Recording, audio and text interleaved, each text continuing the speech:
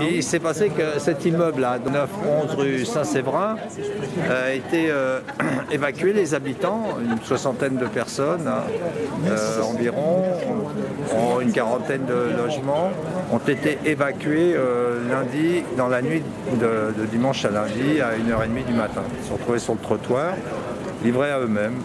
Donc la police, les pompiers, tout le monde leur dit il faut partir, c'est dangereux.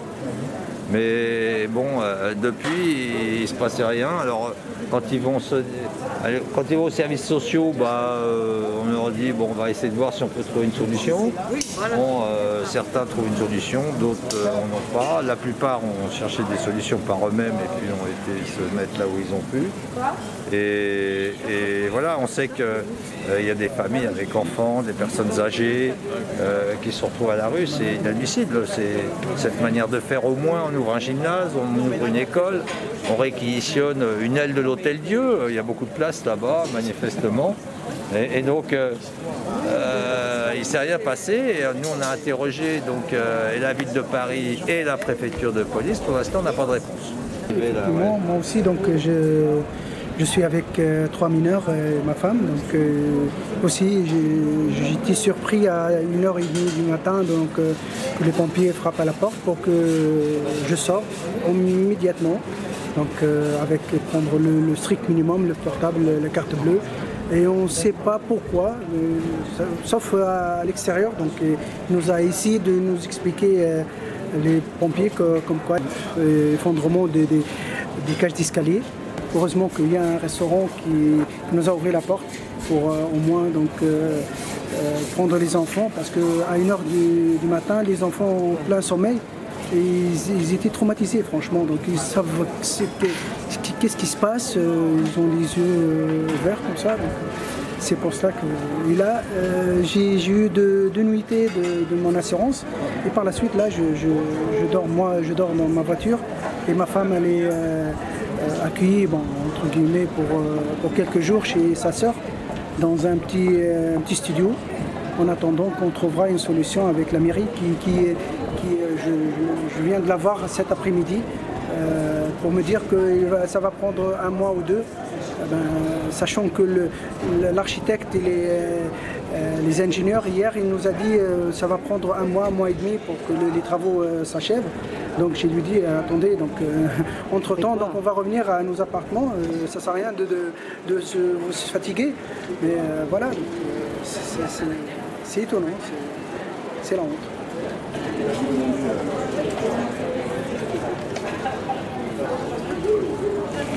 Mais vous ne savez pas pourquoi vous avez été délogé? Non, on ne sait pas.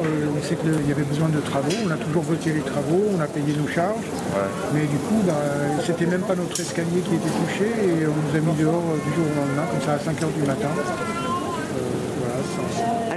Alors qu'il y avait un avis de péril immédiat, quelque chose? Non, on l'a su le soir même, que c'était dangereux. D'accord, ça n'avait pas été à l'intérieur placardé, il n'y avait rien? Non, on nous disait que c'était dangereux, évidemment, mais il n'y avait rien d'officiel. D'officiel. On n'avait aucun élément. Et vous, comment vous êtes hébergé, vous êtes trouvé une solution par vous-même? Nous, l'assurance nous a trouvé un hôtel quelques jours, là, mais ensuite, je vais être obligé de partir près de ma fille pour trouver quelque chose de moins cher, dans la Creuse. Ah oui. Donc là, vous êtes chassé de là, vous êtes chassé de chez vous. Je travaille de toute une vie ici, dans cette maison. Je travaille de toute une vie. Vous êtes propriétaire? Oui. Pourquoi?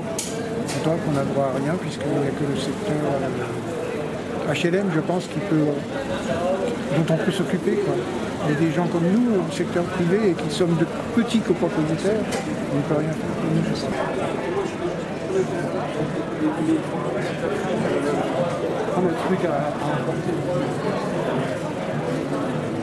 J'habite escalier C, 4e étage. Dimanche soir, la mère et la police, il arrive, il a dit tout de suite de sortir l'appartement. Et ma femme, elle est enceinte. Déjà, elle est enceinte? Oui, il a bientôt couché quelques jours. Après, j'ai allé où? Il n'y a pas d'amis, il n'y a pas de famille ici. Moi et ma femme tout seul. Et après, j'ai demandé la mère, Madame Oli. Il m'a dit pour que j'appelle ambulance, vous allez à l'hôpital.